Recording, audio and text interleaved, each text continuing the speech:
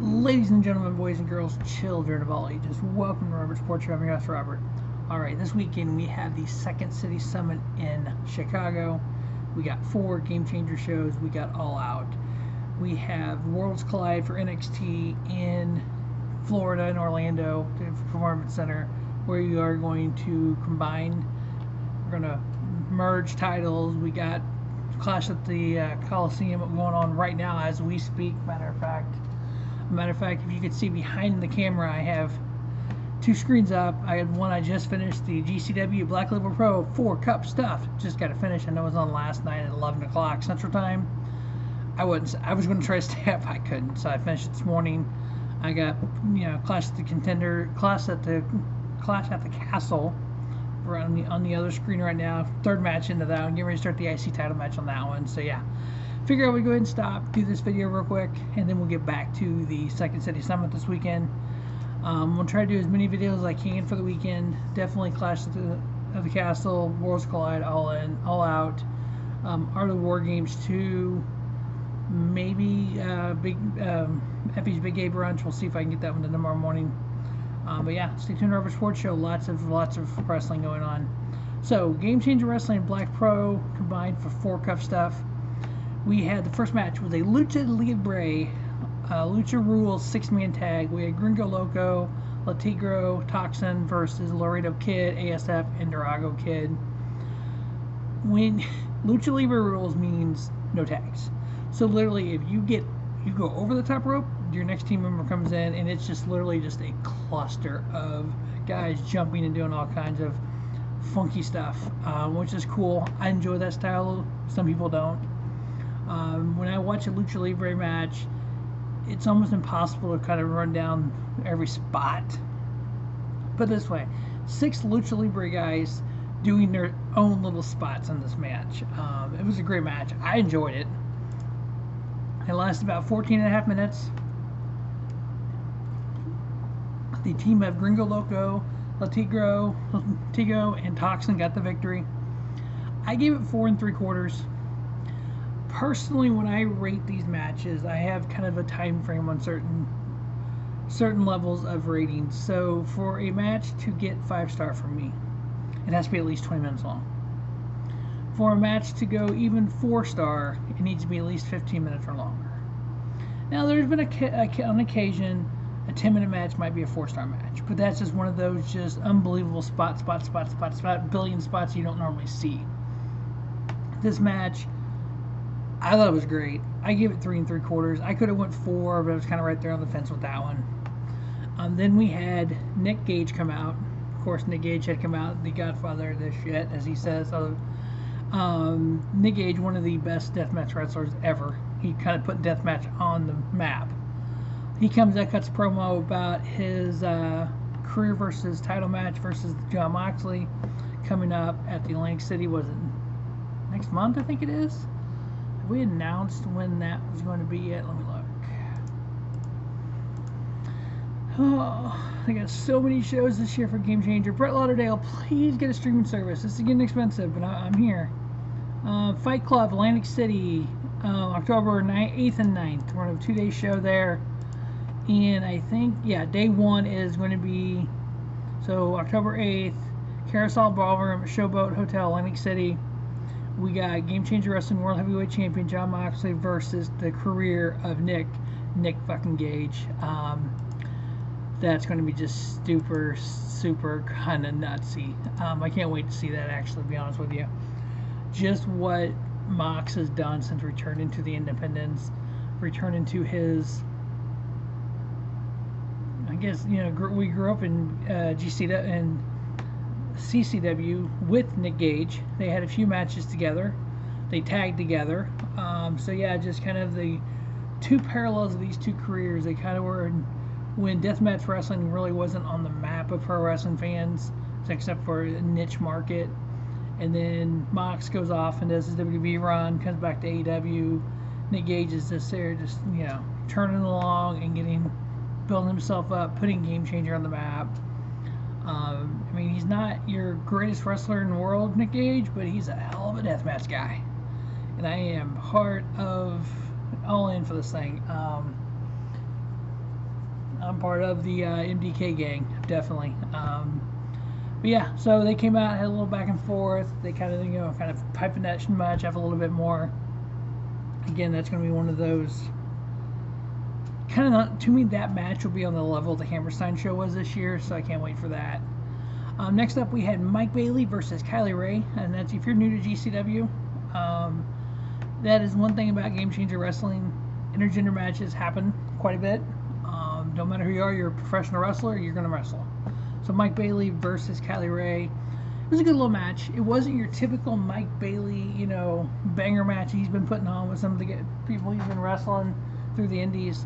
But it was a good match. Kylie Ray, she's pretty talented. Just kind of every once in a while, some of her moves was like, really?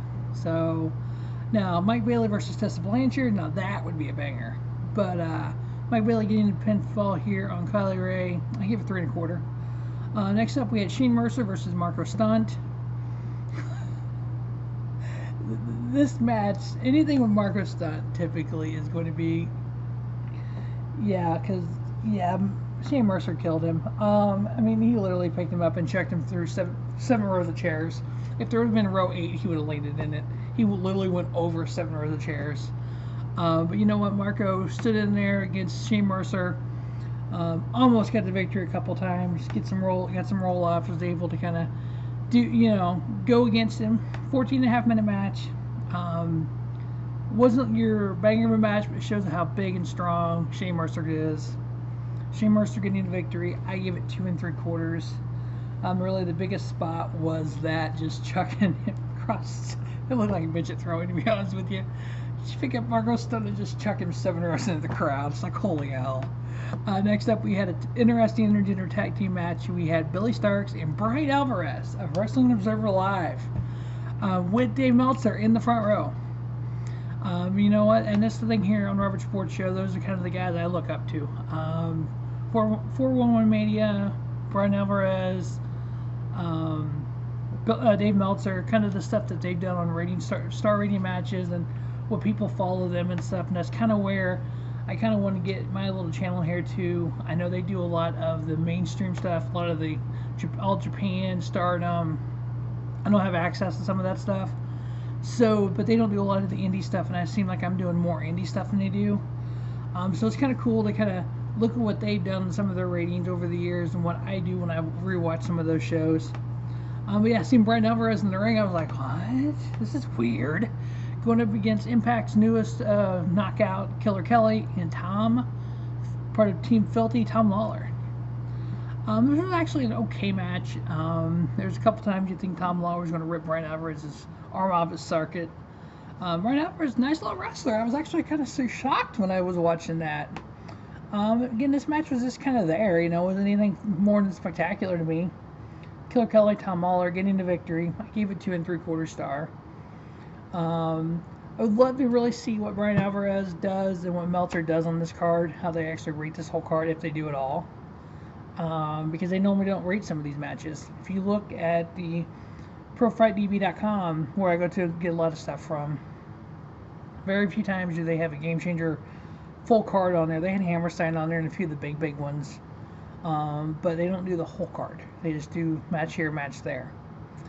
Next up, we had Ernest the Cat Miller. Oh my God. WCW fame. Ernest the Cat Miller. Somebody call my mama. Versus Joey Janela, the Bad Boy. Bad Boy's out there with his DDT Extreme Championship, which will be on the line tomorrow. Joey Janela versus Ernest the Cat Miller. Again, another one of those matches. It was just there. It was something to do at midnight. Pretty much when this match was on, like 1 o'clock in the morning. Janela getting the victory. I give it 2 3/4 star. It was there. Next up, we had Masha Slamovich versus Sandra Moore. Pretty good little match, actually. Both of these women are great women's wrestlers. They were actually wrestling off on the grandstands, on the bleachers. Masha did a kind of a slam on Sandra on the she got slammed on the bleachers. So they're over there fighting around chairs and tables and all that good stuff. So it was kind of neat to see these two professional wrestlers. Normally their style isn't that, and they were able to go do that and make it look legit and look good. Masha Slamovich ended up getting the victory. I ended up giving it 3 1/4. Next up, we had the Black Label Pro World Heavyweight title line. We had champion Calvin Tankman versus Rich Swann. Rich Swann, he's a hell of a little wrestler. He's obviously from the Independents to WCW or WWE to Impact Wrestling. He's been around for a number of years. He was Cruiserweight champion for a while in WWE. But Calvin Tankman, if you've seen him before, he's a big, massive guy, but he is as...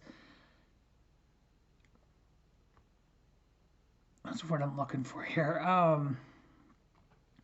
Athletic as most big guys.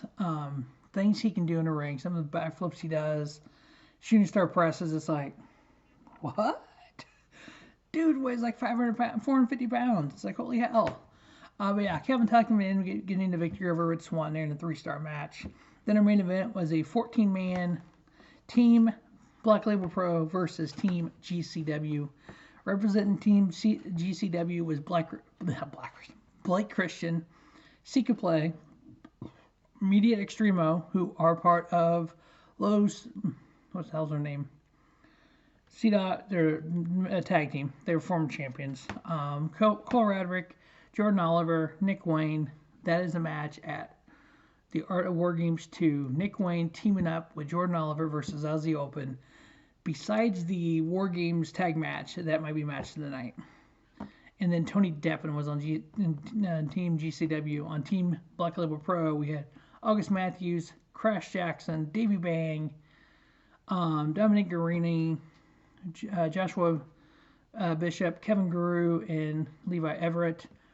Dominic Garrini and Kevin Guru, Violence Forever tag team. They are Black Label Pro tag team champions. They've been tag team champions throughout the Indies. Joshua Bishop, I've seen him in AIW, Absolute Insane Wrestling. Very talented guy. He reminds me of a young Sid Vicious. He kind of looks like him a little bit too. It's kind of crazy. Davey Bang and August Matthews are the Bang Brothers. They drink Bang energy drinks in their match. If you Google Bang Brothers, Bang Brothers Wrestling, not just Bang Brothers. If you do, you'll know why. Yeah, this match was just insane. There was the biggest spot I've seen on Twitter already, where you had Tony Deppen climb up on top. Matthew Justice's thing, climb up on top of this, whatever the heck this thing was, like a closet, and did a freaking dive onto everyone. You just had 14 guys just going everywhere. You had Dominic Garrini in the ring. He is a submission wrestler. You had Levi Everett doing his turning people's arms. But yeah, it was just a crazy match. But you had the guys in the tag team, which is Seal Play and Media Extremo, get the pin on, I believe it was August Matthews they ended up pinning. Usually him or Davey Bang was one of the Bang Brothers. But the fact that team Seal Play got the pin, they're in that Art of Tag Team War, former tag team champions, so that's kind of a lead up to that. I give the match 3.5, so it was a good little match. So not a bad card at all. Again, it was on at 11 o'clock last night on Fight. I watched it this morning. I'm going to review it here. As for the next show for GCW this weekend is at 2 o'clock on IWTV. It's part of the Settlement Series. It's the second show of the Settlement Series. I won't be reviewing that one, but I will review after I watch Art of War Games 2 tonight. And then I'll also review, probably more than likely, if he's Big Game Brunch tomorrow morning. It's on at 10 or 11, I believe, Central Time. All right, well, that is all for GCW Black Label Pro 4-Cup Stuffed. As always, thanks for watching the Robert Sports Show, and don't just have a great day. Have a spiffy day. Robert Sports Show, your YouTube leader in sports channel content.